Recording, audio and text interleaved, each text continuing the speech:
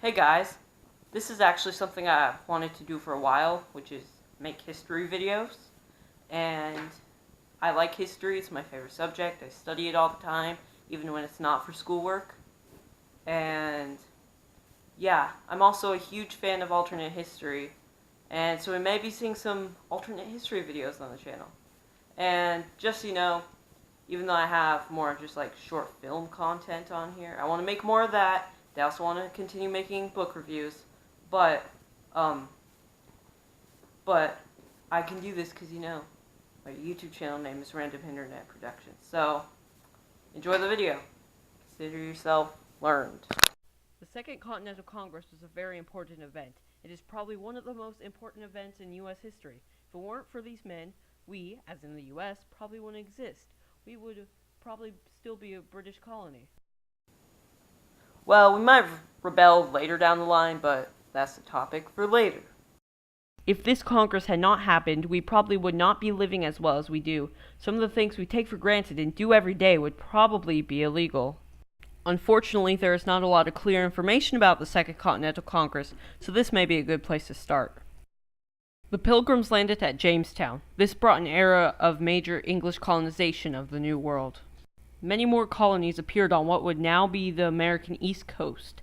These colonies spanned from Maine, which was part of Massachusetts at the time, to Georgia. These colonies brought many goods to England, such as tobacco, cotton, sugar, and molasses. But the British Empire colonized elsewhere, leaving the colonies fairly neglected. While new colonies were being discovered, the American colonies grew. The colonies grew alright, but then war broke. This is grossly oversimplified, but the French and Indian War was a war that lasted 7 years. The 7 Years' War is another name for it. During this war, the British were trying to expand their land to the Ohio River. The American Indians were not a fan of this. Neither were the French, who had the colony of Louisiana. Basically, a war was fought, and the British won for the most part, leaving new land west of the colonies for expansion.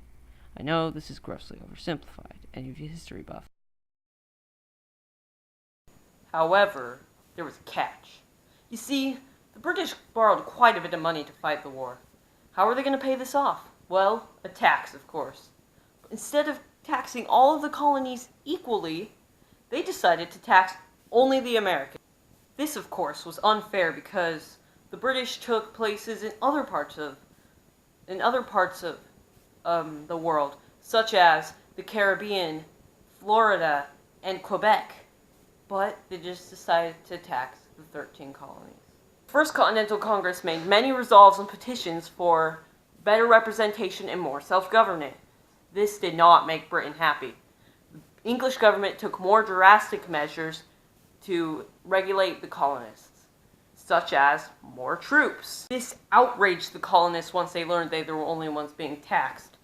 And they were even more outraged once the British government released a new set of acts called the Intolerable Act, such as the Boston Port Act, which limited free trade in the port of Boston, the Massachusetts Government Act, which put more limits and regulations on the Massachusetts government, and other acts like these.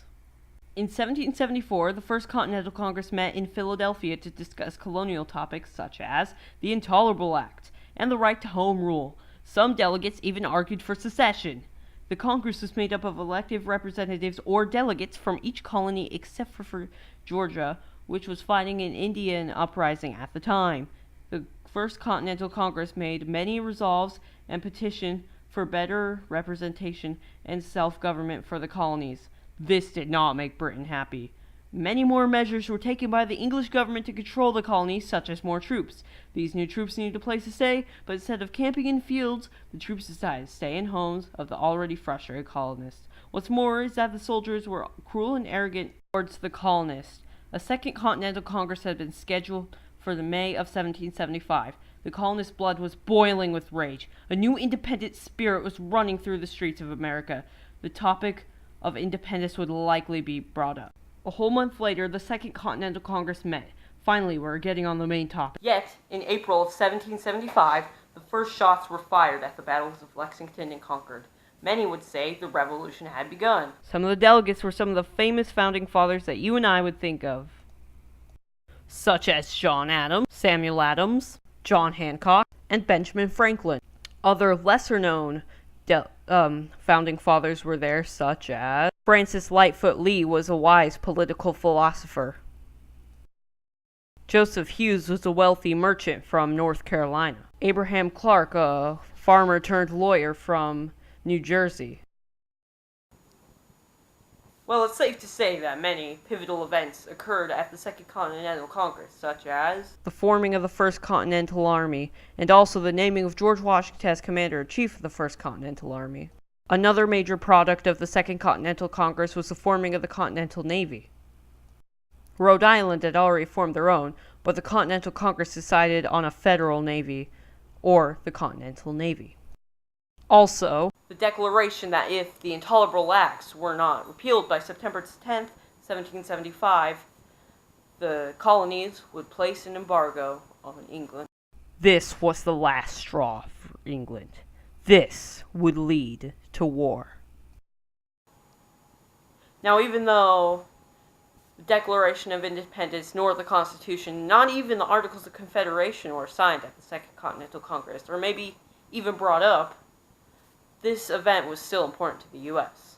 While there was no formal Declaration of Independence, there was a new sense of autonomy, with a colonial military forming and more self-reliant laws passed. This was certainly a time of new beginning. At first, the U.S. did not want independence.